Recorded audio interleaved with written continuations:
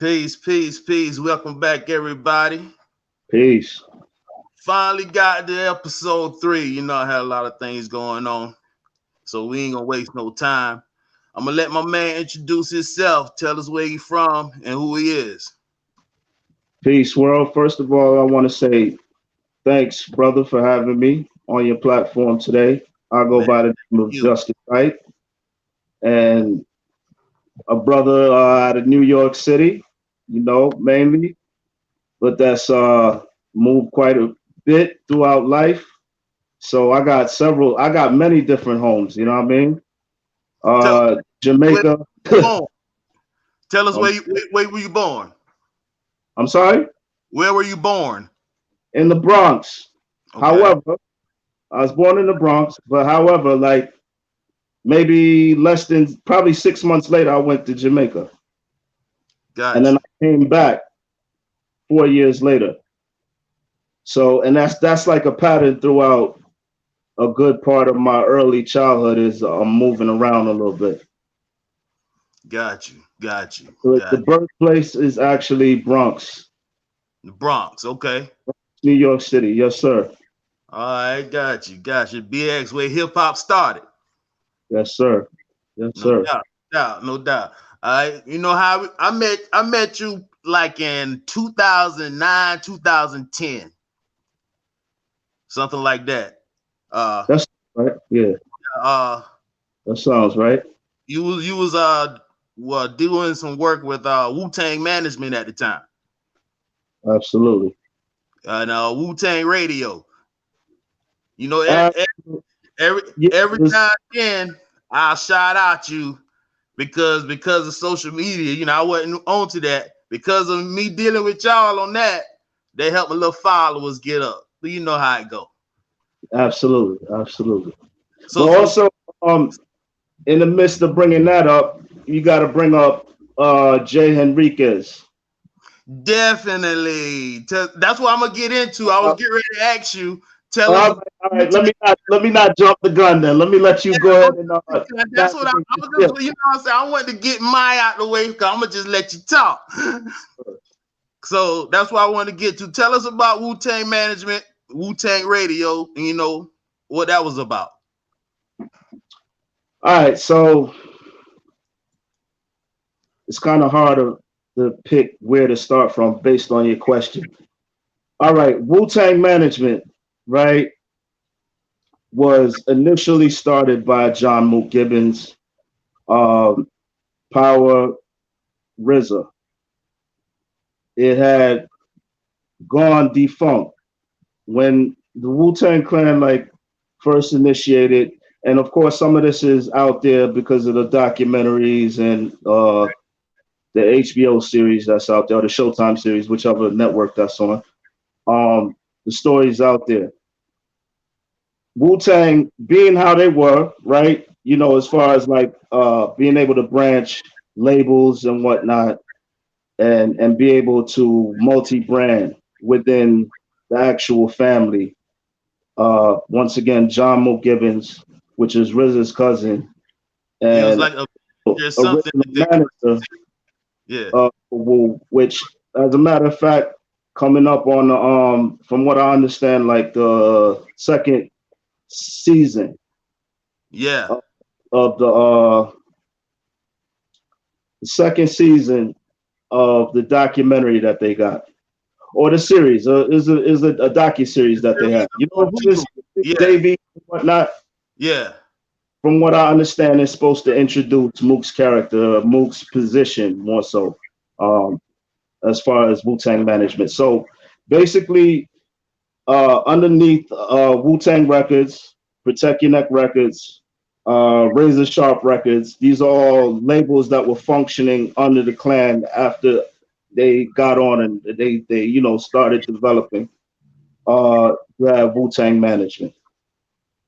Cut a long story short, Wu Tang management went defunct somewhere in the later part of the 90s, from what I understood. All right, so fast forward to 2008, I get a call from my fam, Tanya. Shout to Tanya, right? And I'm gonna give you a little bit of history on her since I mentioned her. She, Angela Yee, another young lady by the name of Erin, they were the first employees of Wu-Tang. So Angela Yee got her start as she was actually an intern, but she worked her way up. Like I said, I have family. Tanya, shout to Tanya. She ended up the same way. They were close friends. She ended up being a road manager and whatnot after a while as well, working her way up. But they were part of that original Wu Tang as far as like on the clerical side or whatever the business side of what Wu was dealing with. They were their first employees. So I got get a call from her, 2008, 2000, but I think 2009. And she tells me that Mook wants to put Wu-Tang management back together and he's got a plan. So we sat down, we had a meeting, and basically that's how Wu-Tang management reformed got in 2008. 2009, sorry, 2009 would be more. okay. That was when y'all was doing the next nine generals. Oh, all right. So, Yeah, that's when we linked. all right, let's go there. Yeah, the Wu Tang DJs. And pardon me if I jump around a bit, but it should all everything. If I do jump around or I go, it seem like I'm going on a tangent. Those who are listening carefully, it'll probably connect. I All right. hope So I you hope asked about. I'm sorry. I hope it do. That's why I was like I told you I wanted you to be my third guest. Got you, bro. So this I was got you. it's all raw, you know what I'm saying? We just starting this thing, but it's Yes, all sir. raw and it's Sir. all truth. I So got yeah, you. So boom. All right. So the next nine generals, right, was one of the projects. Once we once we all sat down at the table and we all had an understanding of what Mook was trying to put together, right? Next Nine Generals was one of the projects in which he presented to us as a reintroduction of Wu-Tang management, okay, right? So now this was how it was presented to me, right? Basically, he had an idea of assembling, basically doing a talent search, right? Something like what's American Idol at the time or something like that, but in a hip hop format, no doubt. right? And basically, he's gonna find nine dudes, and they were gonna be put under the management, and basically, those were the artists that would be pushed under Wu Tang management, Got right? And those would be now. Now, here's the key part, right? The Wu Tang Clan would be a part of Pardon Self, brother. Pardon Self. I had something pop up and just disturb me. you. Oh, Anyhow, you good? the generals, the original nine, was supposed to be behind, first of all, the project itself, right? And also basically co-sign these artists. That was going to be the main allure as far as I understood the project.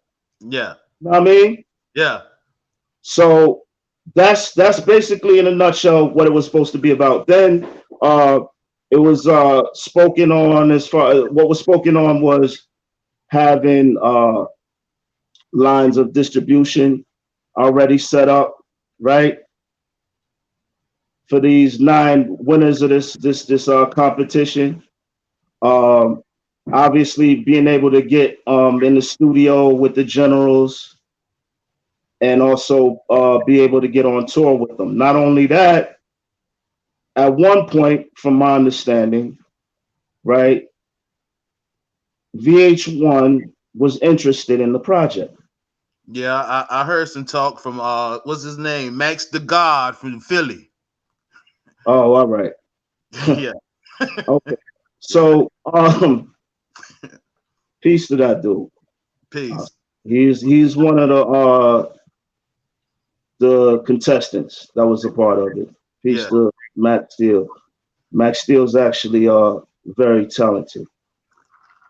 Uh, so it had an allure, and based on the presentation that I got, right? Initially, I was like, all right, boom, thumbs up. That sounds like a win. You know what I mean? Because when we were discussing it amongst the other managers,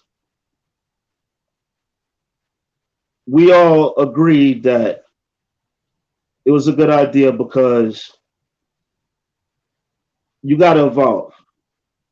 pretty The much. generals gonna be the generals. Their legacy is etched in stone. Not going anywhere. Yeah, It's exactly so. The next best thing to do if you're gonna evolve the brand, evolve the movement, is to get young blood. into the mix. Absolutely. So that's what made me gung ho about the whole situation. Yeah, I mean, because I already been a believer in that, and prior to getting involved with the situation, that's what I was all about. You know what I mean? Through my time in different situations, whether it have been as intern with Def Jam, intern with So Def, all of these things, all my different independent ventures, long before that situation came into play, that's what I was all about. yeah. We gonna get to all your ventures. So don't mention them until I ask you about them. Because I respect you. You you gave me a lot of game. You know what I'm saying? Gave me a lot of game. It's like, and I like that. For years, because where I'm from, nobody don't want to give us that game. That's why ain't nobody ever made it from where I'm from, and it's a lot of talent there. But I respect that, bro. And so one thing I respect that my whole outlook on this whole entertainment and music shit and life in general is this. I'm a strong believer in each one teach one. That's what I advocate. yeah, and that's where your people look at their blessings always as money or something like that. Your blessings come from that the way you live. You know what I'm saying? Like, and that's why I like pure people. Real talk, bro. Real talk. And like even bigger, like I look at shit on a level like this, right? Say I possess some type of knowledge, some type of whatever that can help me get up, right? So I get up based on this knowledge or this plug or whatever it is that I possess. Let's call it a commodity, right? I come up and then okay, um, I still got people around me, right? So and having something I've learned over time that having something of any value and holding on to it, right? It breeds a lot of negative energy around. Definitely. So how can you neutralize that energy? All right, well, in every case, I can't break you off a piece of what it is or whatnot directly. I can't take you to the point of maybe where I'm at with whatever the commodity is. But if I can show you how to get it, if I can give you some knowledge on the commodity so you could go get it, so you good. You don't need me no more. I'm not a problem to you. You know what I'm saying? I'm not a threat no more because you got what I got. It shouldn't be no type of hate because, like you said, you're not a problem to them. So as we go on, it should be no type of trying to stop what I'm doing if we're building. Absolutely, brother. Absolutely. Yeah. So So that's where it's been at. That's what it's been at. Where it's been at with me from day one. You know what I mean? And I've been around a lot of suckers too. You know, yeah. so I been on the end of cats like holding on to shit, knowing they got it, and you know playing keep away with the shit. You know what I mean? No doubt. No So doubt. I'm like, okay, that's how they play ball. I don't need to play ball like that. You know what I'm saying? No doubt. That's just my MO on the game, man. So each one teach one, brother. That's where it's at. Man, I appreciate you. So you became an author. How long you been writing? Technically, since I was probably about 10. I've been writing lyrics and poems, and see, once upon a time, I thought I was gonna rap. So I used to write a lot. Well, while we talking about that, I want everybody to see this book. Ah, boom. Respect, my G, respect. Yeah. That's Broken Now. Broken Now by Justis Hype. Yes, sir. Yes, sir. Y'all go pick that up. Or you tell them where they can find that. All right. You can get that on Amazon. Easiest way for a lot of people is just go to Amazon books, type in A Broken Arrow Justis Hype if you want to put author. But the title of the book is A Broken Arrow. Or you can go directly to A Broken Arrow book.bigcartel.com, and boom, you got it right there. All right, now tell us what that book is about. Amazon, I want to let you know on Amazon is an e-version for the people who are, you know, more into the ebooks. You can get it that way in that format, and it also has a soundtrack that I'll be adding to it. I think I'm the second person that's put a soundtrack to a book that I know of. I think Styles P might have did it and got it out before me, but this was something that I had planned. Like the book actually dropped 2018. Yeah.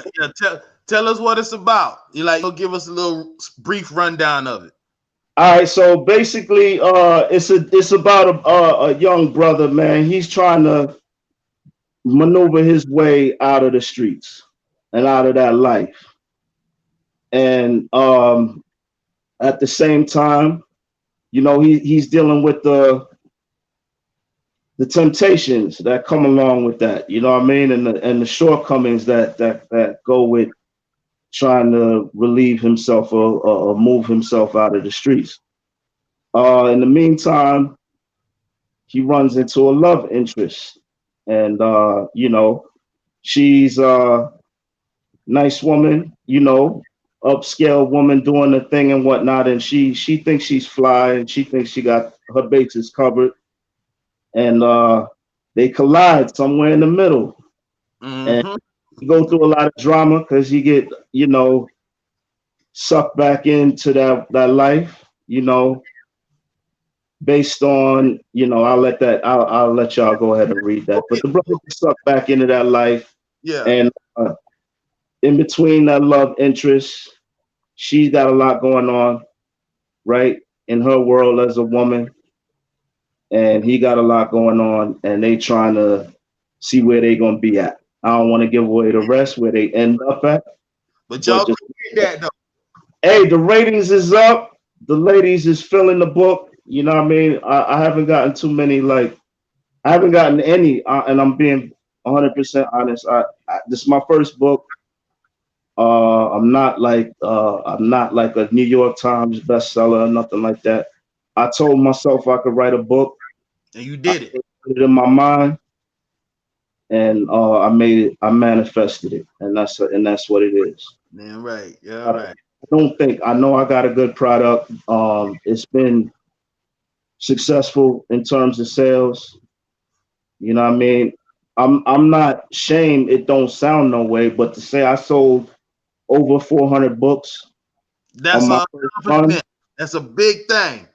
to me, yes, in my world, It's supposed to be.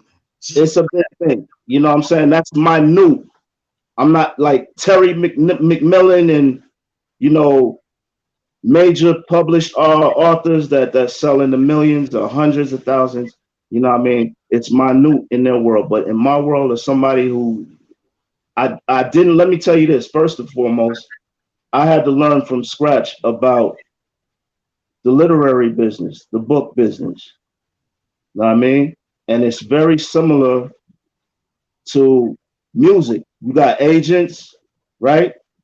You got publishers, which are like labels, right? I had to go through an ordeal in which I met with a publisher and they said, yeah, we like the book or whatnot, but in order for this to sell, you gotta, you gotta make it more edgy. So I'm like, sounds familiar to, To, what's going on the other side. yeah, yeah. You know what I mean? So I had to pardon the pun, but book from that situation. And because I wasn't gonna allow, and also because I wanted to keep it independent as well. I ain't want no third parties involved. I'm a big advocate of independence.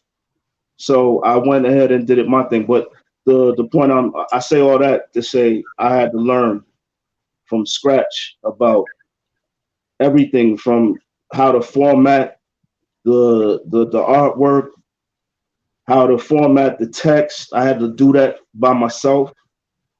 You know what I mean? And yeah, it's a lot. So that's what it is, and that's my journey as far as the book venture thus far. I got several books already written. I haven't published them as yet. They need to Uh, go get this one first. Pardon, so They need to go get this one first before you yeah, publish it. man, make sure y'all go get that book, man. Support a brother, man, and it's a Right. good book for those of y'all who like to read, and like something that will feed your mind and at the same time be entertaining, not boring. That's my next books.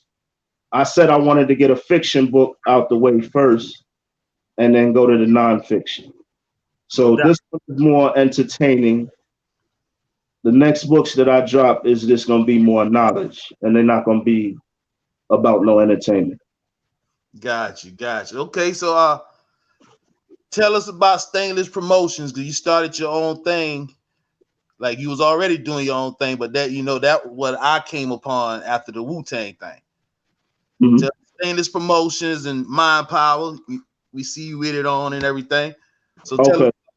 We're going to need to go back to more on the next nine generals and Wu-Tang management at some point because that was incomplete. And there's a few very vital Okay. points that I Okay. need to hammer down while we on this topic. Okay. We'll cycle back there. But stainless, first it was initially it was registered in the year 2000 in the state of Florida as Stainless Promotions. All right, basically, I had a friend of mine, a brother, Steve. I used to DJ and I used to do parties, right? And this was during the time the internet and streaming, right, Mm-hmm. was just taking off. You had we was on the dial-up modems, right? We Yeah. on the dial with I think it's Shoutcast or Yeah. something like that. Yeah. It's They on used to- Shoutcast, yeah. streaming radio on a dial-up modem in '97, I believe, '98. All right, so we was doing it just to play music and fuck with it. Oh shit, we could do our own radio, and we already, at least I already saw where the internet was going. once I seen I saw Napster pop up, and then another homie at the time, I was in school in Tallahassee at this time, and a homie came to me and he was like, "Hey, check this out, man. I got all the music." I said, "What you mean you got all the music?" He was like, "Yeah, I got all the music." He popped up his computer and showed me LimeWire. Bear I'm share. like, oh shit. First thing I said to myself is the whole music business is fucked at that point, right? So in we go into where Stainless Promotions comes in at. We doing parties. I'm DJing at the time and getting like $50 and $100. Well, actually a few years prior to this, right? I'm getting $50 and $100 to DJ party, right? Mm-hmm. I'm like, nah, bro. I'm looking at the equipment. At that time, we still using records. Yeah. I have to go to the record store and buy records, right? A set of Technique 1200s is $1,600, $800 a piece, right? Not to mention I could fuck up a needle. Nigga, do the house party, you know what I'm saying, jigging Mm-hmm. and bounce my shit. Mm-hmm. A diamond needle, I think at that time was like on the low end, I could be wrong, was about $75. So just to be a professional DJ at that time, not like now where you can get you a laptop and just download you some music and you're good to go. At that time, to be a professional DJ, you had to spend racks for the equipment, So why right? would you doing a party for $50 and $100? Yes, brother. Yes. Now, don't get me wrong. It was kind of cool because you young and you know what I'm saying, you swerving, you getting female attention and whatnot. And at that time also I was meeting people. So networking was a key for me as well. Just trying to be up in the mix. I look at it as I'm paying some dues. These promoters is paying me $100. I know they making at least 5 racks at the end of the night minimum, but it's all good. I ain't gonna pocket watch. Um, I'm gonna let them get theirs off, and I'm gonna get mine off eventually. So fast forward, I get to the point where I'm like, nah, this $50 and $100 shit, the DJ parties ain't gonna work. We are going to do our own parties. We gonna get the venue. We gonna DJ our own shit, or we gonna pay the DJs. We gonna put our security at the door. We gonna and we gonna collect, and it's gonna be our venture, 100%. All That's how day. it's gonna roll. And that's how Stainless Promotions came about because then, right, we figured, all right, now that we doing our own parties, at this time, social media obviously ain't around. We talking about the tail end of the 90s. Mm-hmm. So it's still cats putting posters up in front of the club at the end of the night, handing out flyers, going to the mall, flyers. At that time, because I'm in Tallahassee, FAMU, FSU. I'm going through all the dorms, foot Mm-hmm. soldier, flyers, posters up in the dorms and all that good stuff. So we're like, all right, we got to do this stuff on our own. We're not being hired no more to just pull up with the music, the equipment, or whatever, and DJ the party. Or that's not what the job entails no more. We're branching out and taking everything on our own independently. So we got to handle all these uh, tasks that go around promoting. So that's how Stainless Promotions was founded because then we started going to other promoters who we knew was too lazy to do the street work, right? And also in this time, right in this time, I meet a dude named Rashidi. Shout to him wherever he's at. up on FAMU while I'm geeking and playing the fool, right? Supposedly I'm going to school, but my mind ain't fully on school. So I did one semester. I did one semester at Florida A&M, right? Before I was out the mix for a minute, and then I got back. But in that time frame right there, I meet this dude named Rashidi, and he's from New York. He's from Brooklyn, so that's how we easily connected because we both down in Tallahassee, Florida, in the South. And he's like, "Yo, oh, well." When I met him at first, he had like a pile like this big of posters or whatnot, and CDs in his bag and all this stuff. So he caught my eye. That type of stuff, you know what I'm saying? I got eyes for that. So from early, you know what I'm saying? From morning, I'm up with that. No So doubt. people mounting, he's like, "Yeah, man, I work for Def Jam and whatnot." Word? You work for Def Jam? Oh, I've been going back and forth and hanging out in front of the office. That's another thing I'm doing on the weekends. That's why I'm not fully attached to school like I should be. And God bless me. I hope none of my folks is watching this. But my mom Dukes would probably flip if she's seen this, even though she already know, or my pops. But yeah, so not to get off subject too much, but You good? uh, I meet him and he basically puts me under his arm because he's running the southeastern section of Def Jam's promo team. Got you. So I was like his I was like his gopher in a way, right? And I didn't have a problem with that because Okay. I was just like, "Word, you with Def Jam? All I know is I've been trying to crack some type of code into this music thing, And right? this is it. And you actually plugged in, so let me run with you." So what ended up happening through that situation is I'm going on the road all over the Southeast, Louisiana, Texas, Alabama, Mississippi. We in Atlanta almost every other weekend, every third weekend with Def Jam promo material. You know what I'm saying? We go. I remember we'd I sleep on his couch. You know what I'm saying? Because his mom's actually lived like outside Atlanta and whatnot. So I was spending a lot of time in Atlanta. And during this time, man, I'm just young. I'm a young. He's an older dude. He's probably like 3 or 4 more years older than me. I'm probably like 19 probably at this time. So he probably about 22, 23. I'm 19. I'm just soaking up everything I could soak up and whatnot and applying it into stainless promotions. So me and my brother Steve, right? Shout to him.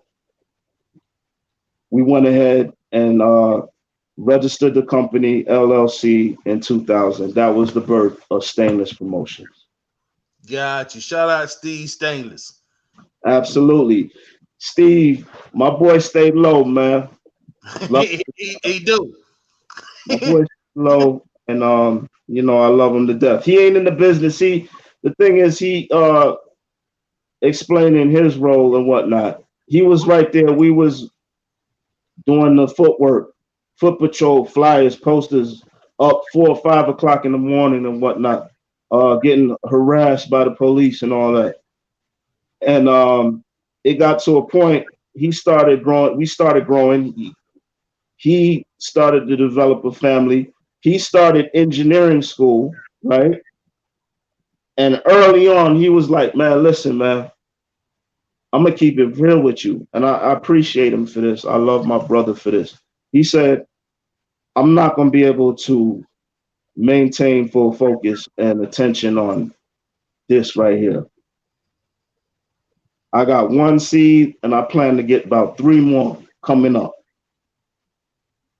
And the way I see it, what we doing right now ain't gonna get us paid immediately to where I could maintain my family. So I'm gonna go ahead and focus on engineering and whatever help I can lend on the side, I'll lend to you."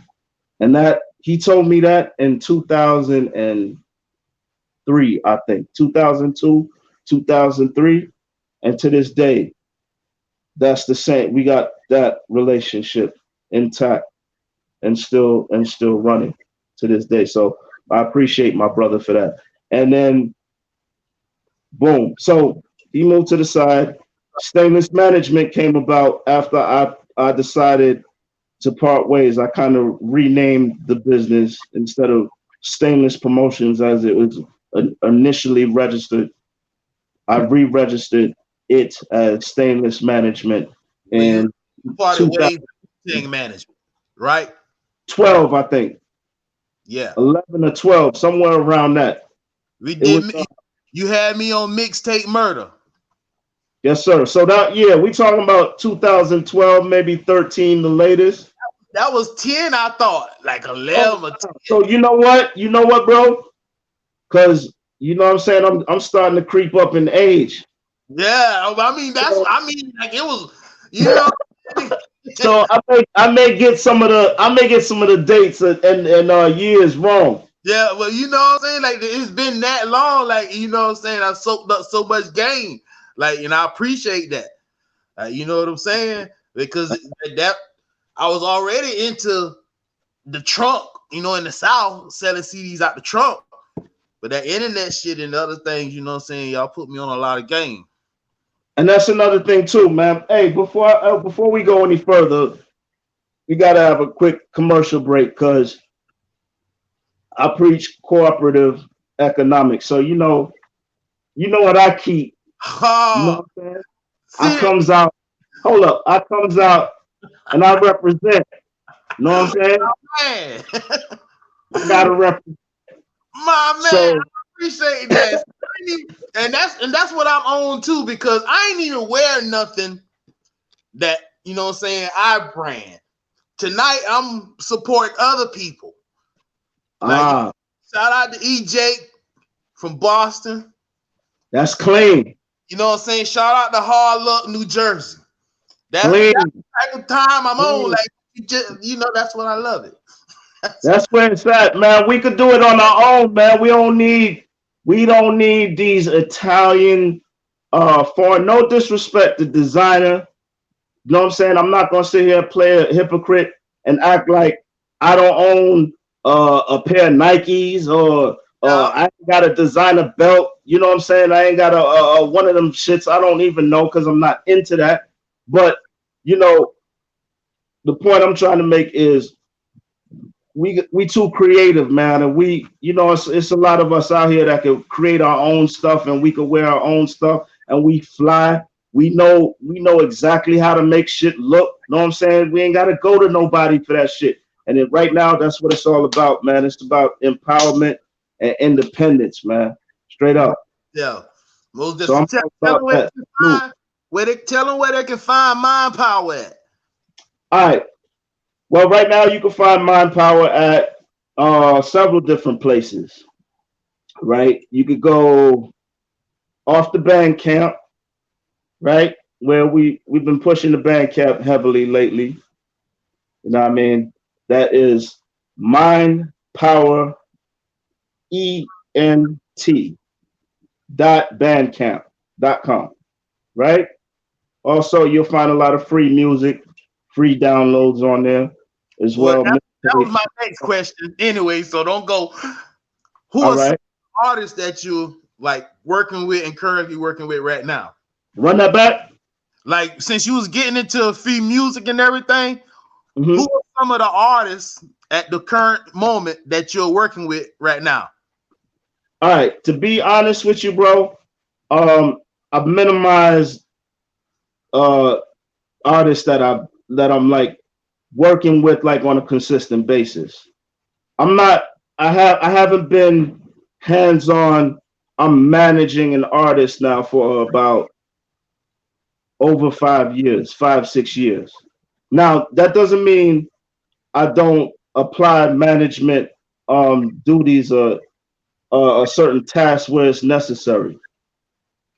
Manage certain managerial skills. But as of right now, I got my business partner, right? Which I don't even want to count because he's my business partner. Snatcher, right? Shout to KS wherever he at in Maine right now. Tell the people who Snatcher is, because you know a lot of people don't know, especially in this generation, and a lot of young cats watch me. Okay, well, Snatcher is an artist that is commonly known as being the protege of Gangstar. DJ Premier, which you probably know if you're a younger cat by his work from Royce. And of course, he's worked with Griselda. He's out there. He's on Sirius XM, so you probably know who the Premier is. And of course, the late legend Guru. You know what I mean? A pioneer, a legend of hip hop music out of Boston. You know what I mean? So he was signed to Ill Kid. He was his first artist signed to Ill Kid Records. That's Guru's label, right? Snatcher was also the first artist. This is a piece of hip hop history. The first artist to be awarded a Source hip hop quotable as an independent artist. Not make this very clear. Yep. I want to make this very clear because I don't want nobody to say I'm getting anything twisted. He's not the first artist to be awarded a hip hop quotable.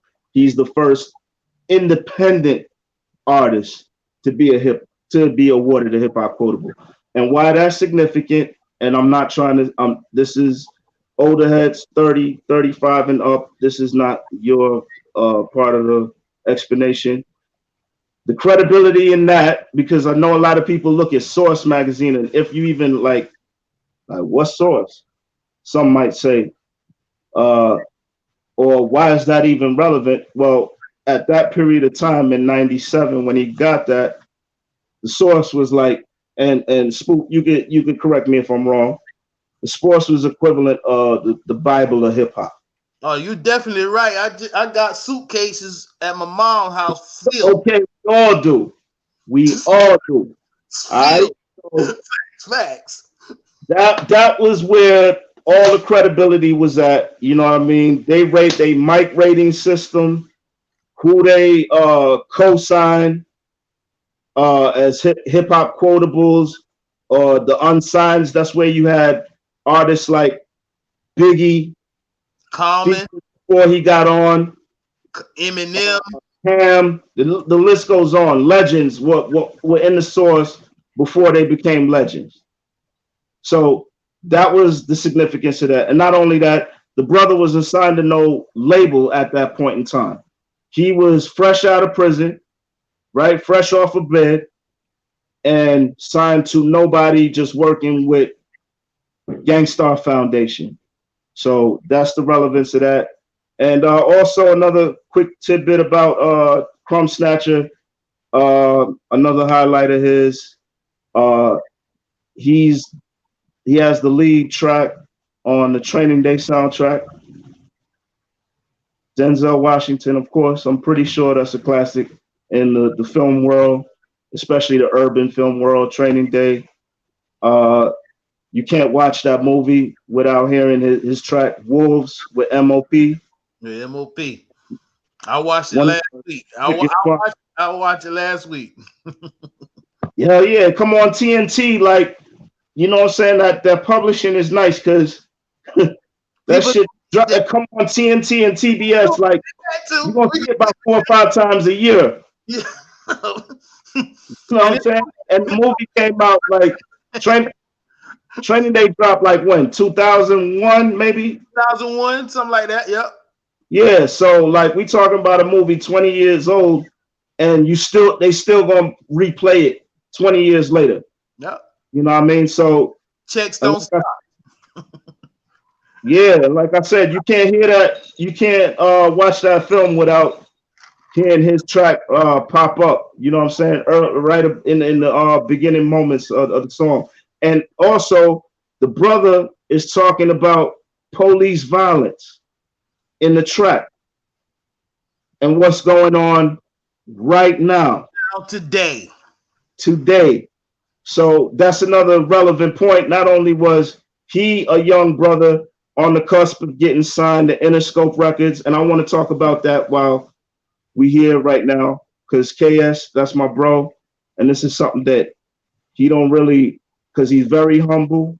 Oh yeah, definitely.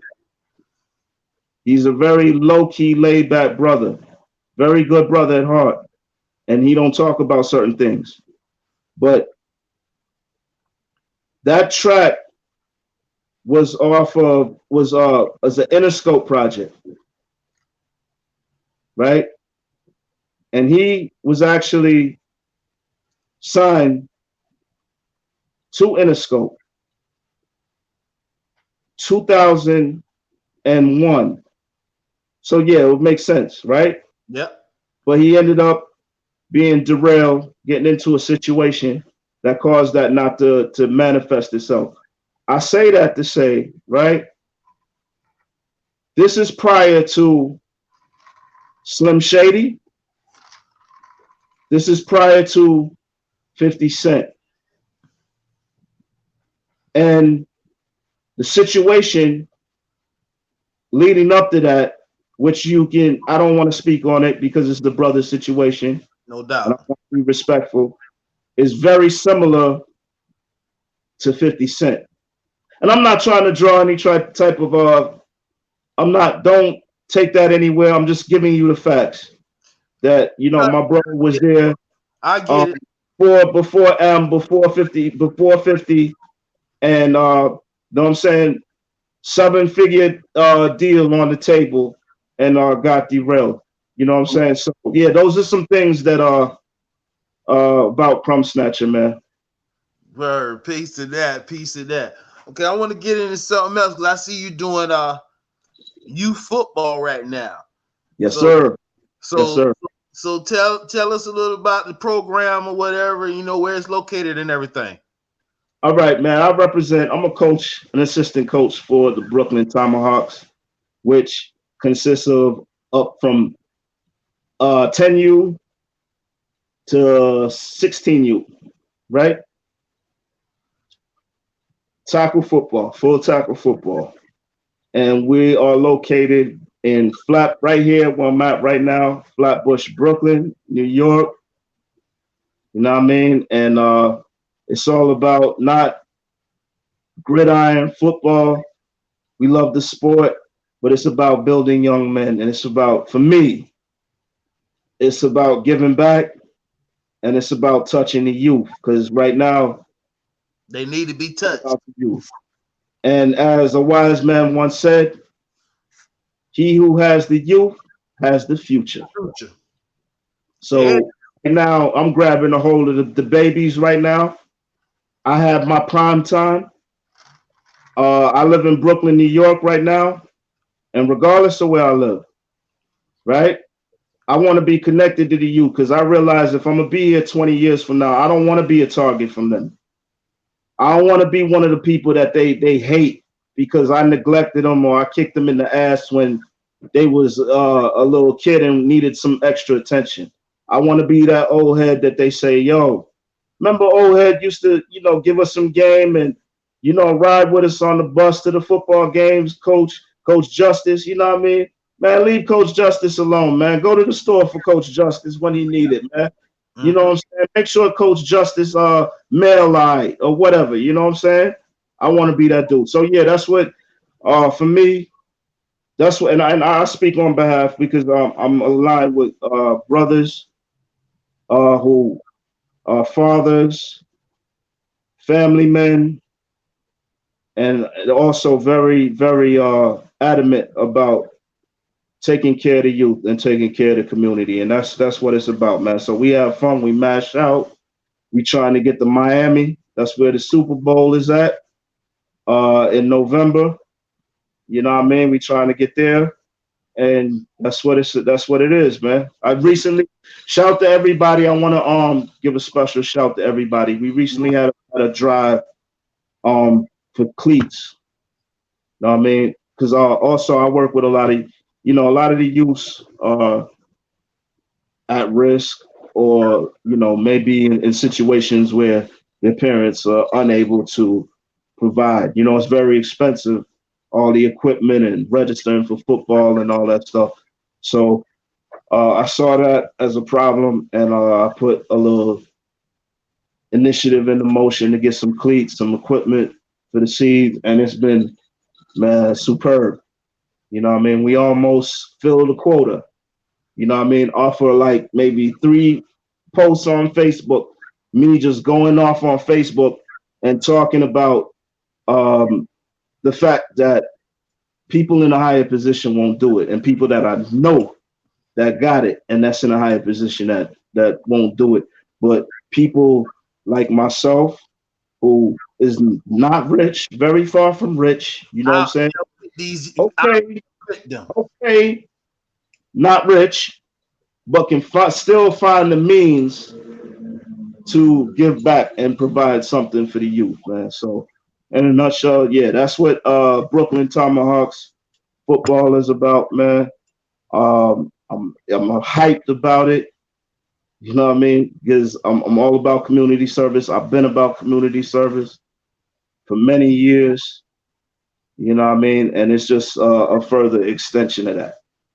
Word. See, you already answered this question earlier because I had 2 more questions, but you already answered really. But I'm gonna ask you again. All right. Any message you got for upcoming artists? Will you like? You know, I don't want them to think this drink champs, even though I am drinking, we drinking. But independent. It's Friday. Go ahead, man. Independent or major? Independent or major? Yeah. All right. I'm gonna try and answer that question as, of course, as honestly, but as thoroughly as possible, because that's not as. I could just throw one out there, which if I was to just knee jerk one, I would say indie, because I preach indie already. So that's why that was like one of the questions I was going to ask you, but you already have made that point that big advocate of that. I preach indie, man, because it ain't nothing like if you make $10, it's your $10, man. You ain't gotta give nobody nothing off it. Nothing. You ain't taking cents of your art. It's yours, man. And this music, if you're serious about music, and you obviously, if you're serious, you put yourself in the serious category, then you look at it as a profession or as something that's a business entity, right? So, okay, you have a business. You yourself have a duration. You yourself, the product, the artist. There's only but so much you can make music. You have a mortality. You want the pension, right? After either you're unable to make music or you no longer want to make music, is the rights to your music, your publishing, right? So, and then you don't want to be in a position where, of course, we all want to pass something down to the next generation because that's what it's about. Also, a quick plug. My man, Raw, what? We got something called Next Generation, right? All the generational wealth coming to June 29th. Generational wealth. Mm-hmm. Thank you for correcting me, brother. Thank you for correcting me. I just caught a glimpse of it. I need to be corrected. Generational wealth. Mm-hmm. So in line with that subject, right? Generational wealth, you don't want nobody involved with that to be able to interfere with that when it's time to pass off what you work for, what you toil for, what you've invested in. That can be handed over to the next generation. That's why when we started working with each other, then all of these other off-brand people start coming around. Yes, sir. Which was a huge monkey wrench in a lot of different things. A lot of different things, exactly. We'll cycle back into that. Yeah. We'll cycle back into that. Because these are topics that you brought up, man. I haven't, other than maybe talking to with like a few close individuals, I haven't spoke on them. I haven't had a discussion, a full discussion about Wu-Tang management, probably in well over 5 years at this point. So, and there was a lot of things that I left unaddressed. You know what I'm saying? At that point, when I moved on from that situation, it was, I think it was 2015, if I'm not mistaken. It was around this time in 2015, right? And I went on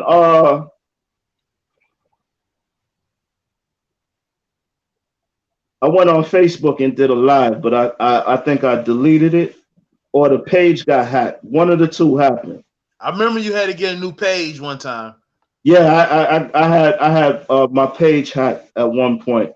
Yeah. And because I had a lot of things that I wanted to address. It was a lot of people that were involved that got hurt in that situation. You know what I'm saying? Gotcha. There was a lot of chatter. You know what I'm saying? There was a lot of talk online, and some of it I addressed, and a lot of it I didn't address because, for one, I know myself. I know where I've been. I know what I'm capable of. And I see certain things I'm able, not on no extra superpower mystery shit, but just using intuition and common sense. I see where things could go. Left or right. Yeah. So instead of addressing certain situations, I did as they say, let sleeping dogs lie. And I just kind of drifted from the situation and submerged myself in what I'm doing today. And I'm happy for that, because I'm that much further, because I use that energy into that instead of addressing all those things. But yeah, I'm glad we're here tonight. Other people, I don't see them. A lot of these other people from that time, a lot of them I don't see. I'm just saying. That's true. That's true. And see, that's another reason why my brother, it's good to let time be the master. Let time, leave situations and certain people to time, because time don't lie. It's like mathematics. You know what I'm saying? Time always eventually gonna tell you the truth, bro. So as you said, you know what I mean? A lot of these people, most of these people, 99.8% of these people who was running their mouth at that time, they vanished. They nowhere to be found. They gone. I'm like, but yeah. Poof, oblivion. Yeah. That's what I wanted to get into. You know what I'm saying? So before we, because cut this out, I ain't gonna keep it too long, because we gonna always bring you back. Good, man. It's Friday night. Yeah. And, but I got one more question though. And I'm good, brother. I'm good. I got practice. I got football practice at 10 o'clock in the morning. 10 o'clock in the morning. And I'm just cooling out, and I just gotta go over the game. Go over the practice plan, and I'm chilling. We good as long as we can say less, my guy. say less, my guy. Okay. So I was saying talk about artists, but I see you be promoting Don Pacino a lot. That's my guy. So you want me to speak to that? Don't know who Don Pacino is from Killer Army. Let people know about that relationship. All right, so me, myself, and Don P, man, we over the last, I would say, maybe 6-7 years, we developed more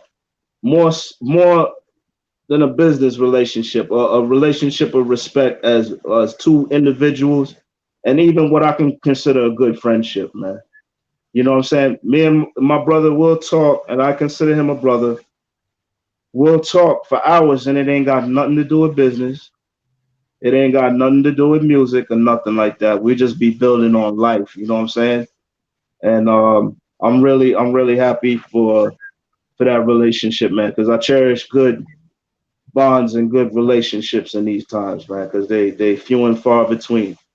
You know what I mean? But on the business end, once again, Dom Killer Army, he been a Wu-Tang family from since day one.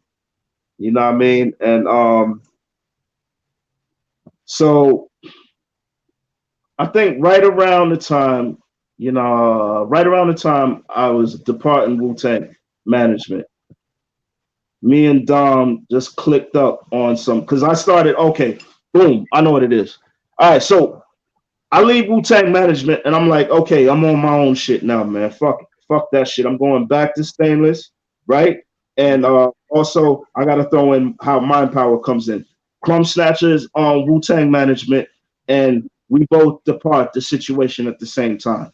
If you want further details on that, I could give you further details. But Absolutely. now we just depart the situation, and we Yeah. like, all right, it's Stainless right now, Mind Power. And in the midst of that, one of the things that I was doing over the years was booking, going back to the 90s. Another tidbit, I'm proud to say, I'm one of the first cats. I can't say the first, but I know I'm one of the first cats to bring Cameron down south. Name some of those art. That's what I would name up when you was doing that booking. Some of those artists that you was booking at that time. Yeah, so Cameron was first. I think Horse and Carriage had was jumping off, right? And funny, this was still a time where I remember it like yesterday, man. At this point, I'm down south in school, right? But back and forth, New York and all over the place, right? This was still a time where East Coast and New York rap was still respected. So I had a good friend of mine who he was like vice president of the Black Student Union. And I found out networking and just keeping my ear to what's going on.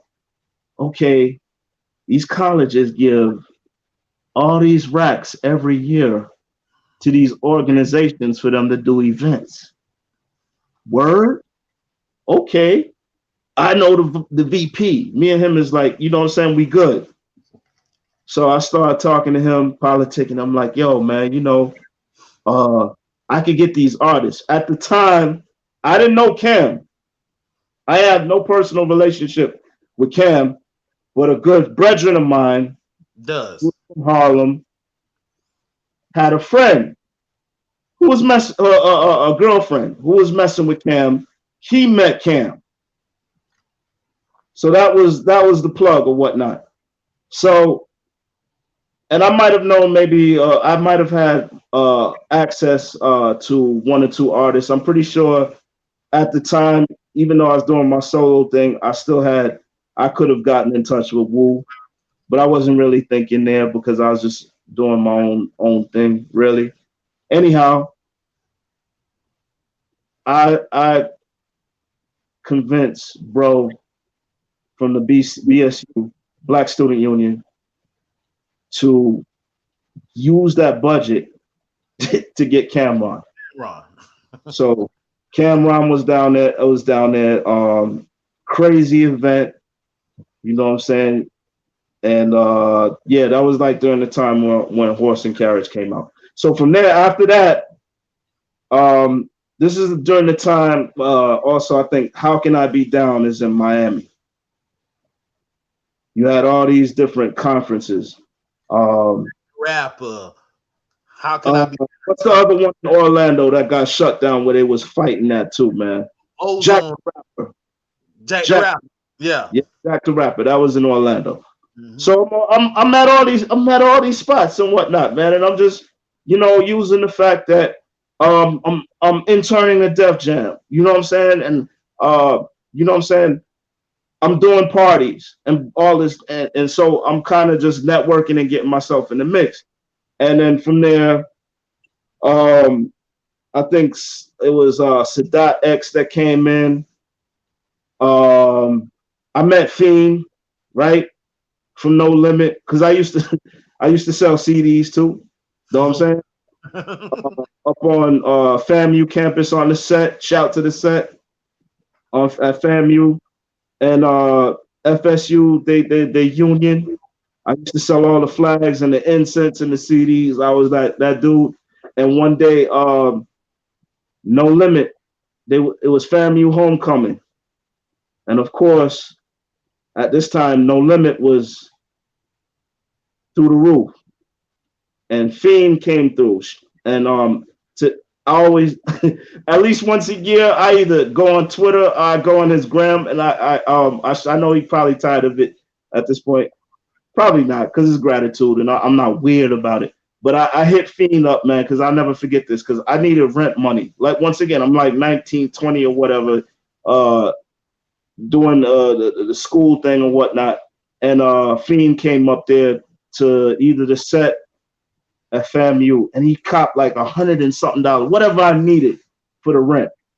And incense, mixed CDs, because I had all the CDs from New York, the Clues, the Tony Touches, and Green Lanterns, and all of that. And he just grabbed up everything I had as far as the music and everything. It was like, because at that point CDs were like $5 a mixed CD or whatnot.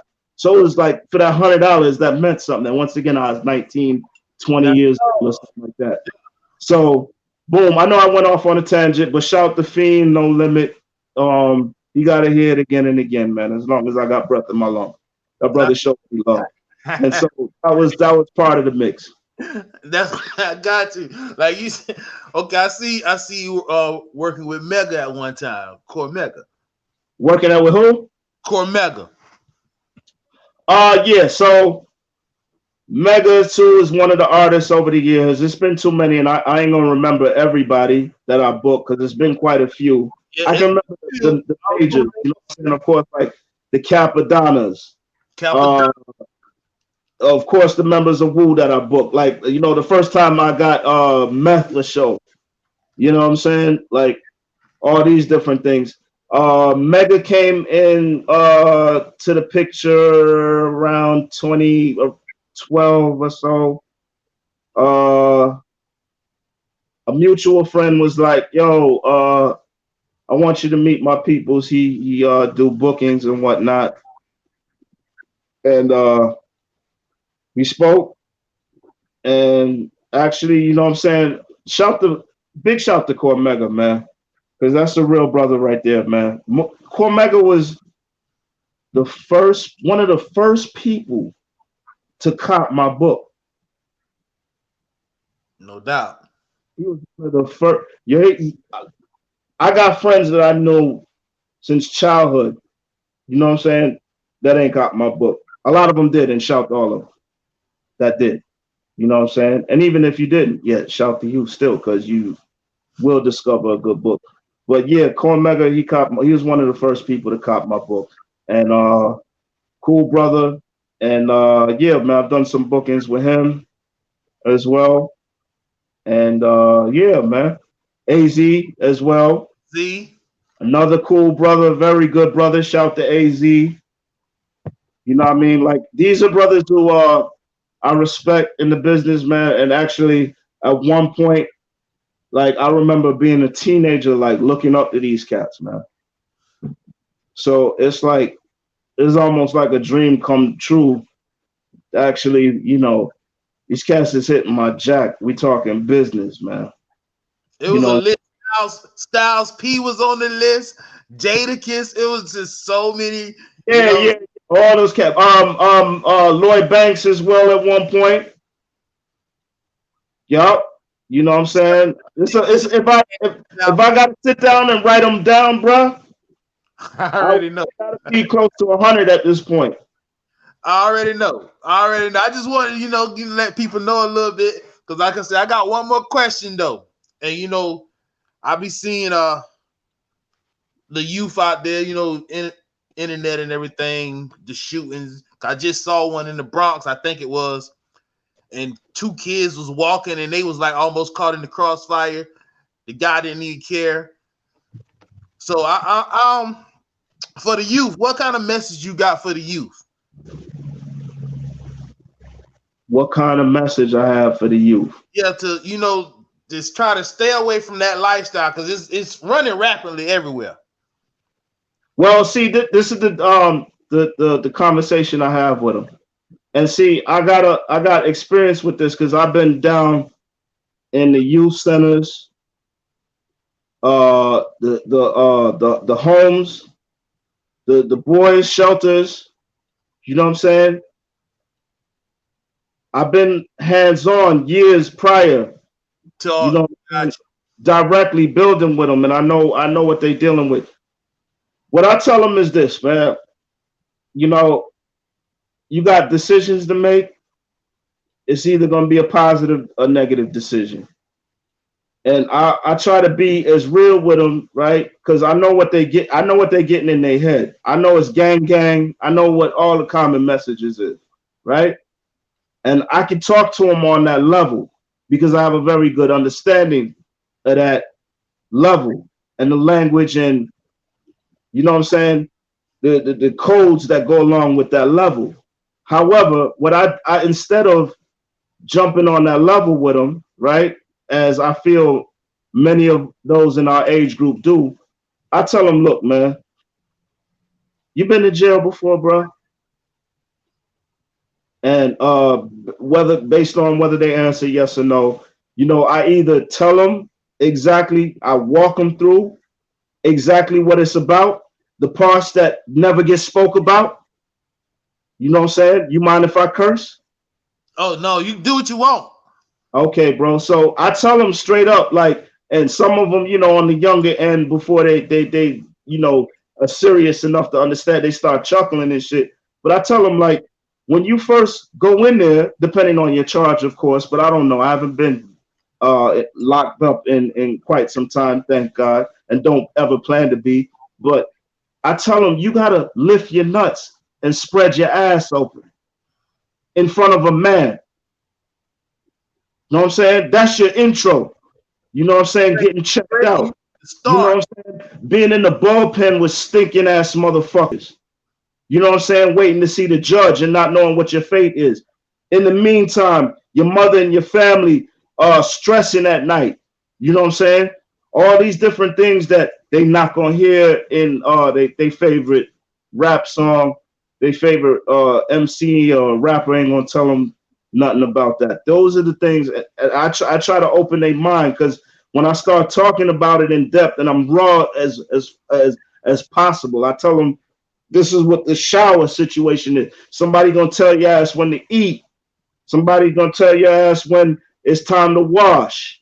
When the lights go out, bitch, shut the fuck up. You know what I'm saying? And you have to adhere to that. You know what I'm saying? So I try to just give them that spectrum, and hopefully it works as somewhat of a scared straight. I know they think about it regardless of, because at the end of the day, you can't, everybody's given free will. So you won't be able to determine what any man or woman will do. Exactly. I just hope to just plant something in the back of their mind to say, boy, you know, Just did tell me that I'm gonna have to expose myself in front of males. I ain't gonna get no ass for however long I'm in there. You know, people gonna forget about me. People I thought loved me ain't gonna call. They ain't gonna put nothing on the books. They not gonna, you know what I mean? I gotta, hopefully all of that replays in their mind before they go and do something stupid. You know what I'm saying? And that's it, man. That's what I try to tell them. I just keep it as raw as possible, real and raw as possible. I think it helps being a living example, right? So I could walk them and tell them, and they know I'm not giving them a story. I'm telling them something that actually happened and experiences that actually happened to me. And I'm here. The food, your ribs is touching, you hungry, and you can't ask nobody for no food. Yeah. You can't take shit from nobody. And you're hungry. You can't call home. Your mama don't give a fuck about you you made your bed up. You can't call mama. You know what I'm saying? You can't call pops. You know what I'm saying? The nigga who he thought was gonna ride with you, he and if he answered the phone, you know what I'm saying? So give them all these situations that they could put together and think about it, man. You know what I'm saying? That's pretty much my message for these youth, man. And educate yourself as much as possible on whatever you are passionate about. Educate yourself on it. That's it. You know what I'm saying? Mind power. Mind power. Mind power. Most definitely, man. Look, man, I appreciate you, man. Again, I want you to tell them where they can find the book again. Where they can find you. I appreciate you as well, brother, man. The book, A Broken Arrow, at Amazon. You can just go up on Amazon and their book section, A Broken Arrow, Justis Hype, Justis Hype, HYPE Hype. That's where you find A Broken Arrow, the book. What social networks can they find you on? I'm on Twitter at Justis Hype. I'm on Instagram. Everything is Justis Hype. Facebook, Instagram, Twitter. I don't have anything else but Facebook, Instagram, Twitter. That's it. Most definitely, most definitely. We're gonna have to do this again. Before I get out of here, I know we ran on through a lot of things. I just want to, like I said, scrolling back just a moment, man. We mentioned the topic and we didn't get to touch fully on it, but I just want to say this, man. I have or had nothing to do with any money collected from Next 9 generals. Hold up, I ain't know. See, with the money is all that. See, I thought we was gonna get into stuff, and like I said, bro, I love the vibe. We jumped around, we touched on a lot of things, and it's been a minute. You know what I'm saying? I don't want to run overboard, but I want to touch this because, like I said, I've been sitting on it, and one dude. As a matter of fact, I want to say his name because he spoke on me, right, and he started talking crazy. Well, speak on it. Right? He said something about some money that he was owed for a T-shirt or registration from. I never had no access to any accounting, any type of money collecting, or anything for Next 9 generals on that note. So who was he? Who was he? What's that? You said you don't want to say his name? No, I said Max Steel. Oh, well, say his name. I'm glad you did, because we fell out too. Oh, okay, yeah. I mean, I don't know what's wrong with brother man. He just started wilding out. Like, I thought we were good. At one point we were good. He used to hit my jack. He asked me questions, asked me to listen to shit or whatever the case may be. I thought we was good.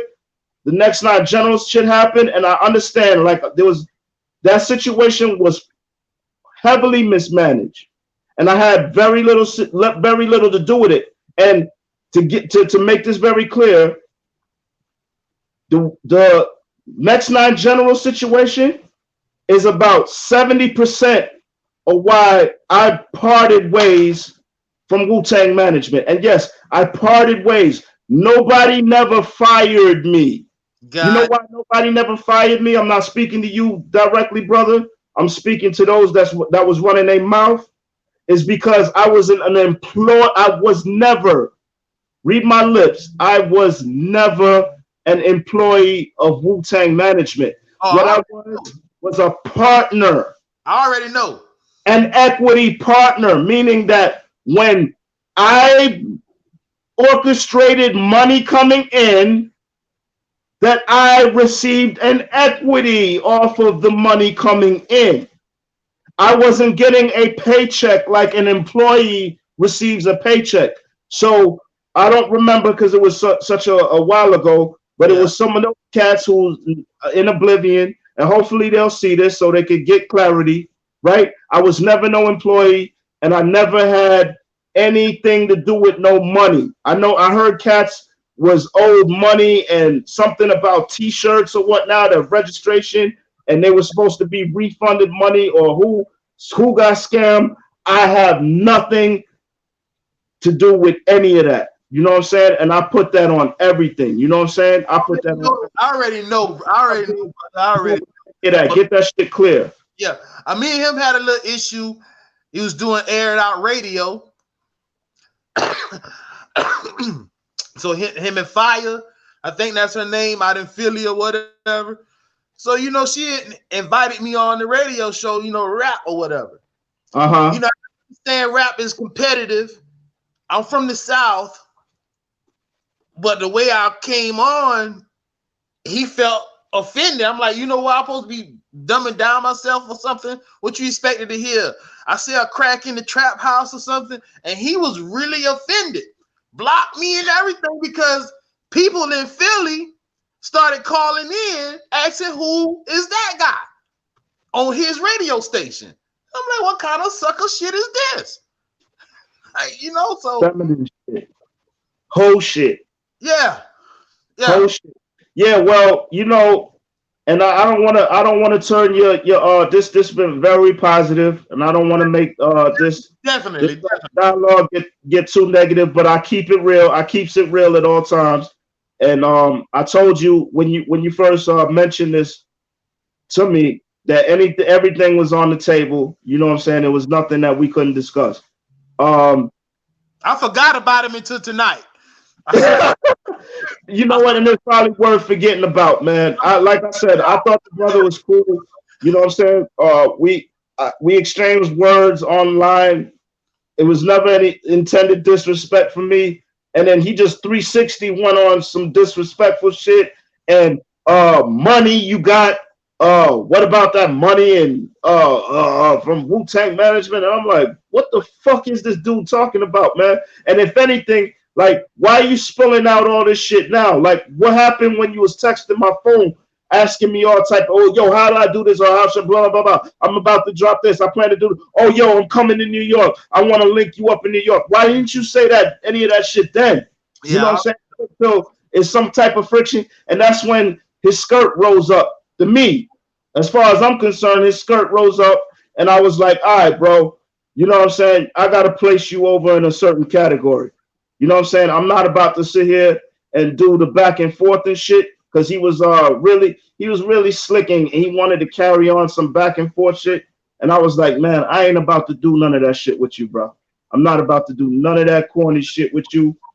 And I'm just going to let this shit rest. Where are they now? Where I don't see them. That's how I feel. I don't see them. Nothing. That's just all I vanish. Yeah, so Fire's still doing her thing. She still got aired out radio and everything. Hey, all power to him, man. I was never born a hater, brother, and I never planned to be a hater. So whatever they're doing, just like I have no affiliation to Wu-Tang management. I haven't looked back. You know what I'm saying? Shout to Jimmy Kane. He still got something in the works because he's a good brother of Crumb Snatcher as well. They have a long-lasting rapport. And you know what I'm saying? There's maybe one or two people over there that I'm cool with. But I don't, you know what I'm saying? I don't wish them I don't wish them any bad at all. I wish them all the best, and that's what it is, man. Everything can't work out for everybody. We got to keep it pushing. That's it.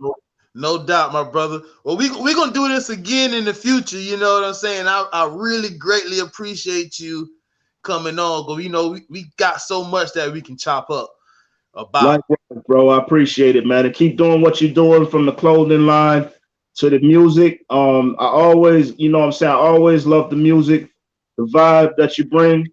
You know what I'm saying? One thing I've always said and I always felt, and this is why, well, even when we was doing the mixtapes, you don't know this, I probably never told you, but I had you pictured once the whole distribution situation and everything. I already know how you was working. I already know you as a part of that situation. I already know. I respect your craft. You know what I'm saying? I already know. I can tell you vibe with the North, but you got your roots. That's it. But it's hip hop. You know what I'm saying? That's what it is. It's hip hop because all the DJs I met through you, Wu-Tang DJs. Also, we didn't even mention that. Yeah. Through, you know what I'm saying? Like it was just so much love. It just showed me it was a different way to do things. Mm-hmm. You know what I'm saying? So all of that came from my relationship with you. That's but you know, facts. Yeah. See a lot, air like you know how it go. That's how it go. Peace, my guy. But we gonna chop it up again, man. Peace to you and your family. Stay safe. Everybody watching this, stay safe. It's perilous times. Know what I'm saying? Watch yourself. Be aware of what's going on in them streets, man. A lot of us are dropping in untimely fashion, whether it be due to health situations or whether it be due to violence, nonsense, and unnecessary violence. So I just urge everybody for the summer, man. I know I'm in New York City, and I know across the country that bodies is dropping, man. So I just urge everybody to be aware and be safe, man. Peace, love, happiness. 100. 100. Appreciate you, my guy. Stay safe out there, man. Say peace to you and the family, King. Same to you. Peace.